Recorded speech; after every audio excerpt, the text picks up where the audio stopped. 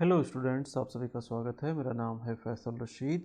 ये है self study now और आज हम the complete English grammar book से एक्सरसाइज नंबर 20 को सॉल्व करेंगे। इस एक्सरसाइज को मैंने 3 पार्ट्स में डिवाइड कर दिया है क्योंकि क्वेश्चंस 40 to 45 के आसपास बन रहे हैं। चलिए अब इस एक्सरसाइज को शुरू करते हैं। स्टूडेंट्स, यहाँ पर हमसे क्वेश्चन किया गया है change the degree of comparison without changing the meaning. यानी कि जो दिए गए सेंटेंसेस हैं उनमें जो डिग्री ऑफ कंपैरिजन है एडजेक्टिव की, उसको हमें चेंज कर देना है बिना उस सेंटेंस की मीनिंग को चेंज किए। तो चलिए देखते हैं। सबसे पहले पहला सेंटेंस यहाँ लिखा हुआ है, Malacca is the oldest town in Malaysia. यानी कि मलेशिया में जो सबसे पुराना टाउन है वो है मलक्का। अब हमें इस सेंटेंस में एडजेक्टिव ओल्ड की सुपरलेटिव डिग्री के बजाय हमें ओल्ड की किसी दूसरी डिग्री को, जैसे कि कंपैरेटिव डिग्री या फिर पॉजिटिव डिग्री को यूज़ करके सेंटेंस को बनाना है। हम यहाँ पर कंपैरेटिव डिग्री को यूज़ कर सकते हैं और सेंटेंस को बना सकते हैं, Malacca is older than any other town in Malaysia. अब यहाँ आप देखेंगे कि ओल्डेस्ट की जगह पर हमने ओल्डर का यूज़ कर लिया है और ये ओल्डर जो है एक कंपैरेटिव डिग्री है एडजेक्टिव की, जो कि मलक्का को मलेशिया के किसी और दूसरे टाउन के साथ कंपेयर कर रहा है और बता रहा है कि मलक्का उनसे ज़्यादा ओल्ड। चलिए अब सेंटेंस नंबर 2 को देखते हैं। ये सेंटेंस पहले सेंटेंस की तरह है। यहाँ पर लिखा हुआ है, Athens is the oldest city in Greece. अब यहाँ पर भी ओल्ड की सुपरलेटिव डिग्री को यूज किया गया है और हमें इस सेंटेंस की बिना मीनिंग को चेंज किए एडजेक्टिव की दूसरी डिग्री को यूज करके लिख देना है। हम लिख सकते हैं, no other city in Greece is older than Athens. यहाँ पर हमने ओल्ड की कंपैरेटिव डिग्री को यूज कर लिया, जिससे इस सेंटेंस में एडजेक्टिव की डिग्री तो चेंज हो जाती है मगर सेंटेंस की जो मीनिंग होती है वो चेंज नहीं होती है। चलिए अब अगला सेंटेंस देखते हैं। यहाँ पर लिखा हुआ है, Varanasi is one of the oldest city in India. इस सेंटेंस में भी एडजेक्टिव ओल्ड की सुपरलेटिव डिग्री का यूज हुआ है और इस सेंटेंस को जब हम बिना मीनिंग चेंज किए और एडजेक्टिव की डिग्री को चेंज करके लिखेंगे तो सेंटेंस कुछ इस तरीके से बनेगा, Varanasi is among some old cities of India.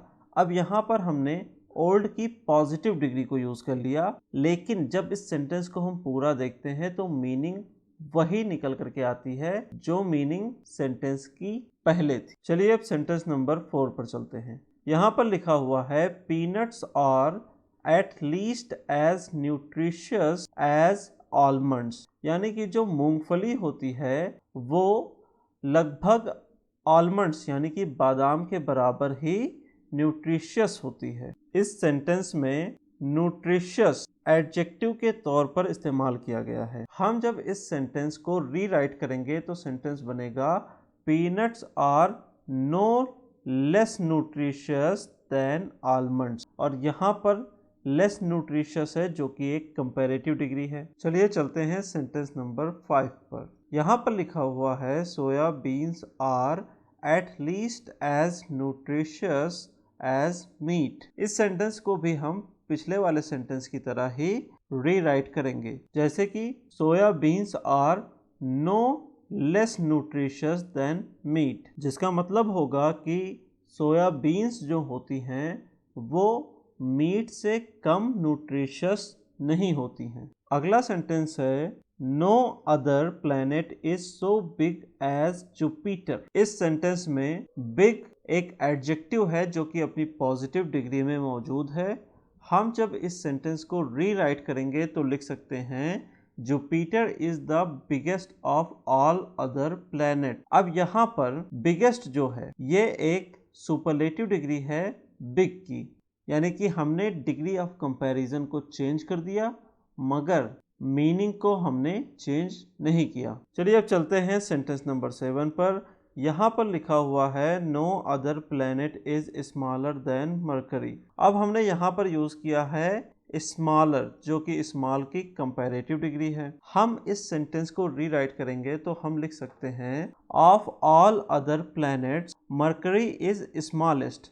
यहाँ पर स्मॉल की सुपरलेटिव डिग्री का यूज़ हो गया है, जिससे कि डिग्री ऑफ कंपैरिजन तो बदल गई है मगर सेंटेंस की मीनिंग नहीं बदली है। अगला सेंटेंस है very few boys are as industrious as Latif. इस सेंटेंस में इंडस्ट्रियस जो है ये एडजेक्टिव है। जब हम इसे सुपरलेटिव डिग्री में चेंज करेंगे तो ये हो जाएगा मोस्ट इंडस्ट्रियस और सेंटेंस हो जाएगा Latif is among the most industrious boys. अब चलते हैं सेंटेंस नंबर 9 पर। यहाँ पर लिखा हुआ है he would sooner die than tell a lie, यानी कि झूठ बोलने से पहले वो मर जाएगा, यानी कि वो झूठ नहीं बोलना चाहता है और मरना वो पसंद करेगा झूठ बोलने के मुकाबले। जब हम इस सेंटेंस को डिग्री ऑफ कंपैरिजन को चेंज करके रीराइट करेंगे तो ये सेंटेंस बनेगा ही प्रेफर टू डाई सून, यानी कि वो जल्द मरना पसंद करता है रादर दैन टेल अ लाई, बजाय इसके कि वो एक झूठ कहे। चलिए स्टूडेंट्स अब चलते हैं नेक्स्ट पेज पर। यहाँ पर लिखा हुआ है India is largest democracy in the world. अब यहाँ पर हमने लार्ज की सुपरलेटिव डिग्री को यूज़ किया है जो कि होती है लार्जेस्ट। अब यहाँ पर हम जब इस लार्जेस्ट को कंपैरेटिव डिग्री में चेंज करेंगे तो सेंटेंस बनेगा India is larger than any other democracy in the world. Sentence की मीनिंग सेम है मगर सेंटेंस को हमने दूसरे एडजेक्टिव की डिग्री के साथ लिखा है जो कि कंपैरेटिव डिग्री है। अब चलिए देखते हैं अगला सेंटेंस। यहाँ लिखा हुआ है Russia is the world's largest country, यानी कि जो रशिया है ये दुनिया की सबसे बड़ी कंट्री है। हम इसको जब रीराइट करेंगे तो ये सेंटेंस हो जाएगा no other country in the world is larger than Russia.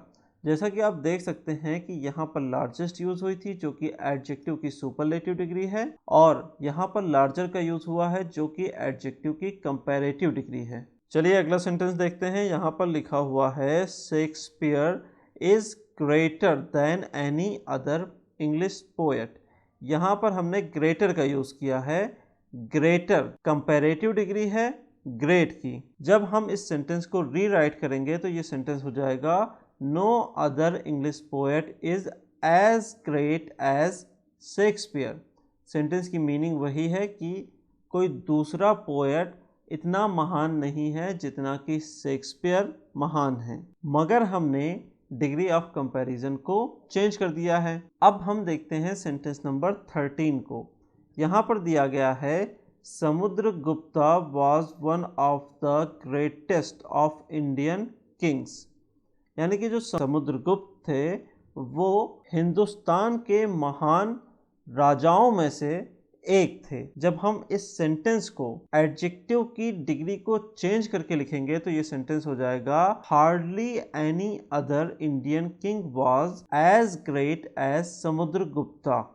यहाँ पर ग्रेट पॉजिटिव डिग्री में है और क्वेश्चन में ग्रेट सुपरलेटिव डिग्री में है जो कि है ग्रेटेस्ट। तो स्टूडेंट्स इस तरीके से हमने बिना मीनिंग को चेंज किए एडजेक्टिव की डिग्री ऑफ कंपैरिजन को चेंज करके सेंटेंस को रीराइट कर दिया। अब चलिए देखते हैं सेंटेंस नंबर 14 को। यहाँ पर लिखा हुआ है Ashoka was the greatest king of his time. ये सेम ऊपर वाले सेंटेंस की तरीके से है लेकिन थोड़ा सा डिफरेंट है। यहाँ पर कहा जा रहा है कि अशोका जो है या फिर अशोका जो था वो अपने समय का सबसे महान किंग था। जब हम इस सेंटेंस को रीराइट करेंगे तो ये सेंटेंस हो जाएगा at the time of Ashoka.